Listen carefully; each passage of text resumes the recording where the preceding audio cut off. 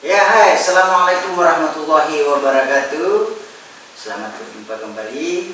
Saya Sandi Restu. Saya ingin meluruskan beberapa pertanyaan dari teman-teman seniman Bugis, musisi Bugis yang khususnya berdomisili di Raja Tapar, Sulawesi Selatan. Mereka mempertanyakan sebuah lagu karya saya yang pernah beredar di pasaran melalui produksi Mahendra Record, yaitu Si Paka Rio Rio. Ada sebuah notasi dalam bait itu. Nah, ini adalah pertanyaan dari beberapa teman dan mungkin bisa jadi juga dipertanyakan oleh teman-teman seniman yang di luar sana. Terasa janggal bahwa ada sebuah lirik di situ yang berbeda dengan akor. Nah, di sini saya akan jelaskan.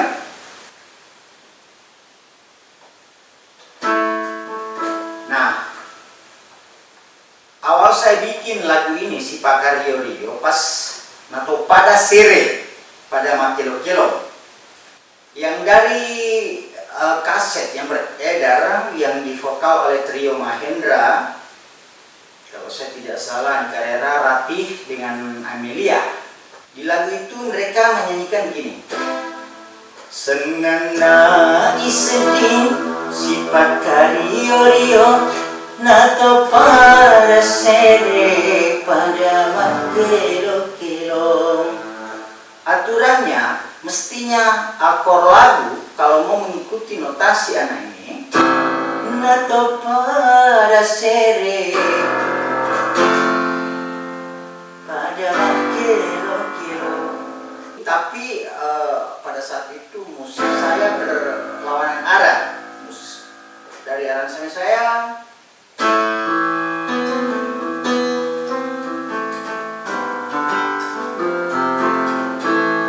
nato pada sere. Nah, di sini yang jadi pertanyaan dari seniman musisi-musisi teman-teman yang ada di Raja Taparan. Saya ulangi, yang menjadi pertanyaan dari teman-teman yaitu pada saat senana isedih si Paka Rio Rio nato pada sere. Nah, ini saya mengakui bahwa memang tidak kena. Sebenarnya lagu Si Paka Rio Rio ini saat saya menyanyikan sampel lagunya itu berbeda. Saya punya notasi gini.